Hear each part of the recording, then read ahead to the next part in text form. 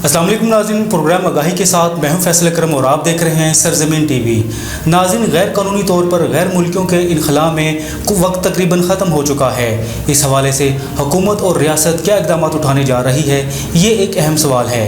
इस हवाले से गुफ्तगू करने के लिए हमें ज्वाइन किया है सीनियर तज्ज़िया निगार सफदर अली ख़ान साहब ने। सफदर साहब, बहुत शुक्रिया आपके वक्त देने का। सफदर साहब, सबसे पहले मुझे आप ये बताएं कि डेडलाइन का वक्त ख़त्म तकरीबन हो ही चुका है, इस हवाले से हुकूमत क्या करेगी, आपका क्या ख्याल है? जी फैसल साहब, बहुत शुक्रिया। देखें, किसी भी मुल्क की जो सॉवरेनिटी होती है वो सबसे ज़्यादा मुकद्दम होती है। जी। दुनिया के किसी भी हिस्से में आप चले जाएं, कहीं पर भी गरीब से गरीब मुल्क और ताकतवर से ताकतवर मुल्क आप देख लें कि कहीं भी आपकी एंट्री जो है वो बग़ैर डॉक्यूमेंटेशन के नहीं हो सकती। वहाँ दुनिया में पाकिस्तान एक ऐसा मुल्क मौजूद है कि जहाँ पर रोज़ हज़ारों की तादाद में लोग बग़ैर वीज़े, बग़ैर किसी परमिशन और बग़ैर किसी दस्तावेज़ात के आते हैं, यहाँ कारोबार करते हैं और वापस अपने मुल्क को लौट जाते हैं। जो सरासर इस मुल्क के साथ ज़्यादती की जा रही थी पिछले कम से कम समझे ये 70 साल से ऐसे ही चल रहा था। लेकिन जब रशिया ने अफ़गानिस्तान पर हमला किया तो तब से लेके अब तक इसमें कुछ बहुत ही गैर ज़रूरी भी चीज़ें इन्वॉल्व हो गई और उसमें स्मगलिंग का अंसर बहुत ज़्यादा गालब आ गया। पाकिस्तान से चीज़ें स्मगल होकर उधर जाना शुरू हो गई और उधर से स्मगलिंग का माल जो है पाकिस्तान में बेदरेग आना शुरू हो गया।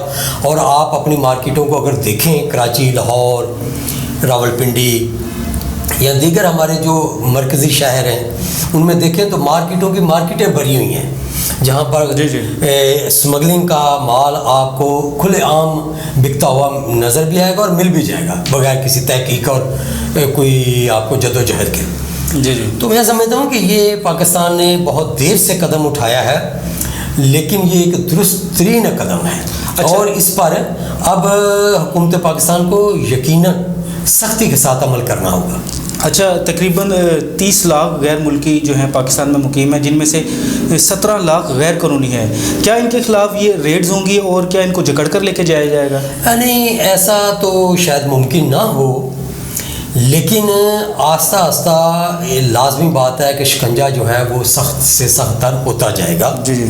क्योंकि जो लोग भी इधर रह रहे हैं उनको लाजमी होना चाहिए कि वो किसी कायदे कानून के अंदर अपने आप को लेके आएँ। उनके पास जो डॉक्यूमेंट हैं वो लाजमी होने चाहिए। उनकी रहाइश किधर है, वो कारोबार क्या करते हैं, उनके कितने बच्चे हैं, कितने वो लोग खुद हैं, क्योंकि पाकिस्तान के कोई अमीर मुल्क तो है नहीं। जी। इसकी मईशत आलमोस्ट पहले ही डिफ़ॉल्ट की तरफ जा रही थी, जो बड़ी मुश्किल से काफ़ी हमारे हुकूमत ने काफ़ी उस पर काम किया है। तो अल्लाह का शुक्र है कि अब हमारी मईशत कुछ संभलने की तरफ आ जा रही है। लेकिन इसके बावजूद अगर ये बोझ गैर कानूनी बोझ है जो किसी गिनती में नहीं है, वो अगर जारी रहेगा तो पाकिस्तान की मईशत तो कभी भी नहीं समझ सकती। लिहाजा हमें डॉक्यूमेंटेशन की तरफ लाजमी जाना होगा और इसमें जितना भी टाइम लगे या जो भी सोर्सेज इस्तेमाल करने पड़े, ये पाकिस्तान की बका का मामला है। तो इसमें मैं समझता हूँ कि हमारे किसी अदारे को सुस्ती का मुजाहरा नहीं करना चाहिए और पूरी जद्दोजहद के साथ, पूरी विल के साथ इस अमल को पाया तकमील तक पहुँचाना होगा। अच्छा, ज़रा इसमें भी ज़रा वजाहत कीजिएगा कि क्या अफ़गान बशिंदे इनलीगली पाकिस्तान में वो स्टे कर रहे हैं, तो इससे क्या मुराद है? क्योंकि वो तो मुख्तलिफ अदवार में पाकिस्तान आए थे और कुछ के बारे में तो कहा जा रहा है कि वो पैदा भी पाकिस्तान में ही हुए थे और उनके बड़े भी यहीं पर हुए थे। तो इससे मुतालिक क्या पॉलिसी होगी? नहीं, बात बड़े छोटे की आप देखें, एक अमल होता है कानूनी, एक अमल होता है गैर कानूनी। जी। जब आप कानून पर अमल करते हैं तो आप बड़े हैं या छोटे हैं, आप गरीब हैं या अमीर हैं, आप काबिल इज़्ज़त हैं। लेकिन जब आप कवानीन को तोड़ते हैं, छोटे से छोटा अमल ट्रैफिक कवानीन है, आप देखें कि अगर आप सिग्नल की खिलाफ वर्जी करते हैं, हेलमेट नहीं पहनते, बेल्ट नहीं लगाते, तो आपको फ़ाइन होता है, जुर्माना होता है, आपका चालान हो जाता है, आपकी गाड़ी भी बंद हो जाती है। तो ये आप इस अमल पे भी किसी को नहीं छोड़ते, लेकिन एक बंदा गैर कानूनी तौर पे, गैर मुल्की शख्स, वो अफ़गान हो या किसी भी दीगर मुल्क से हो, वो पाकिस्तान में रह रहा है तो वो क्या करता है, आपके पास क्या रिकॉर्ड है। तो इसमें बड़े कोई ये नहीं सोचना चाहिए कि ये पैदा यहाँ हुआ है या कहाँ हुआ है। अगर वो गैर कानूनी है तो वो गैर कानूनी है, अगर वो कानूनी है तो वो कानूनी है। इस पे अमल करना चाहिए। हमें आइन और कानून को अहमियत देनी चाहिए। किसी इनफरादी शख्स के लिए कोई हमारे पास कोई इजाज़त नहीं है कि हम उसे गैर कानूनी शख्स को कोई इज़्ज़त दें। अच्छा, इससे मुल्क को फ़ायदा क्या होगा और नुकसान क्या आप देख रहे हैं? इससे फ़ायदा ही फ़ायदे हैं जी, नुकसान तो शायद बहुत कम हो, लेकिन फ़ायदा बहुत ज़्यादा है कि आपकी मईशत पे जो एक अनदेखा वज़न है वो ख़त्म होगा।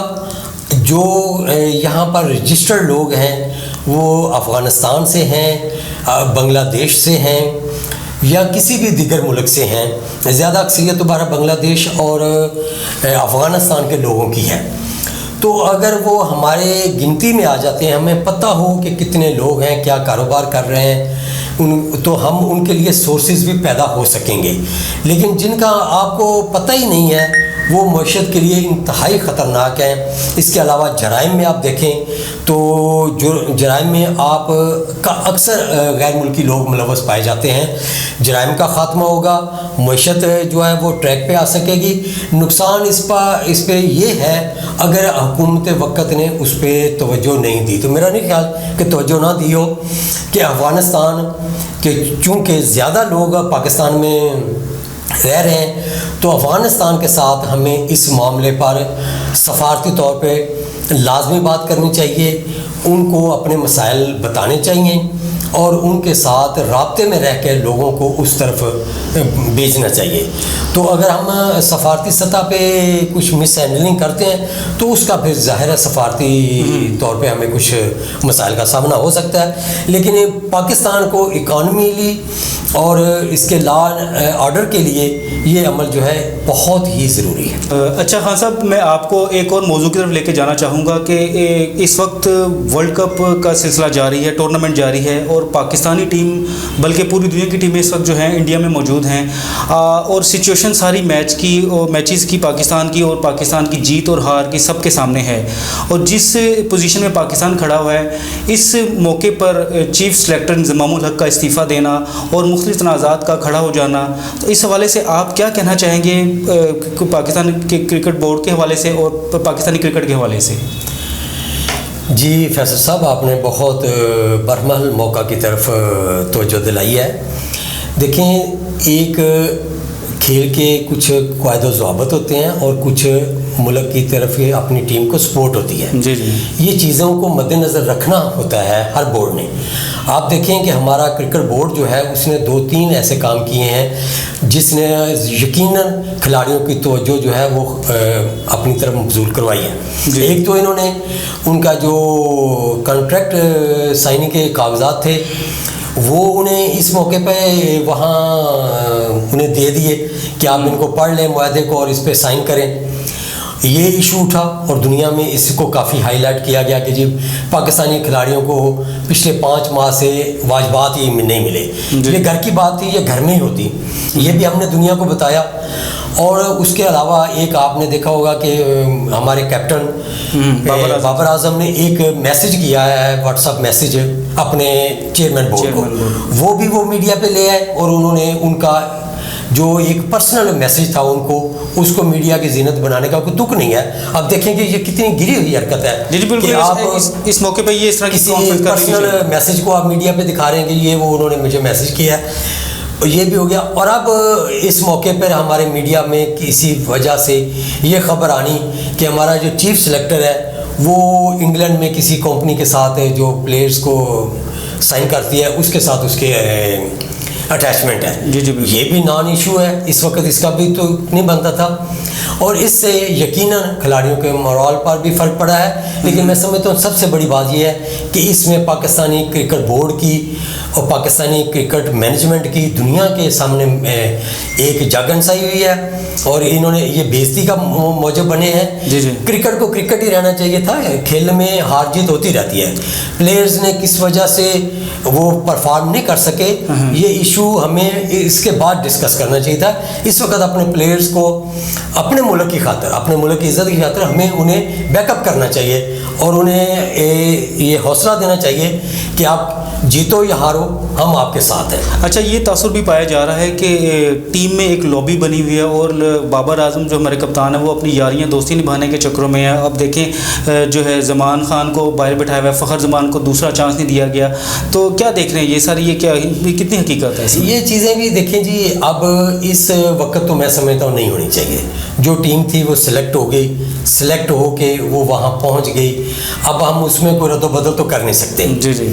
तो जब कैप्टन ने अपनी मर्जी की टीम खिलाई है तो ये सवाल जब वो वर्ल्ड कप खेल के इंडिया से वापस आए तो उनकी कारकर्दगी में तब ये सवालात उठने चाहिए, ना कि अब। उसने दोस्ती में किसी को खिलाया है या किसी को दुश्मनी में बाहर बिठाया है, तो ये या तो इस सिलेक्शन से पहले सवाल होता, क्योंकि वो पिछले कई साल से आपकी टीम को लीड कर रहे हैं, तो अब तक हमें उसके तर्ज़े कप्तानी पे, उसकी सिलेक्शन पे हमें इत्मीनान होना चाहिए था या ना इत्तेफाक होना चाहिए था। ये टाइम अब नहीं है। जब हमने एक टीम उसकी मर्ज़ी की सिलेक्ट करके उसे दे दी है, तो अब जब रिजल्ट लेकर टीम पाकिस्तान आए तो तब हमें पूछना चाहिए कि हाँ भाई, ये हम फ़लाँ मैच क्यों हारे हैं। अगर तो वो जस्टिफिकेशन देते हैं कि उसमें ये प्रॉब्लम आई तो फिर ठीक है, लेकिन अगर वो कोई जवाब दुरुस्त नहीं देते तो फिर उनसे कप्तानी वापस लेनी चाहिए और नया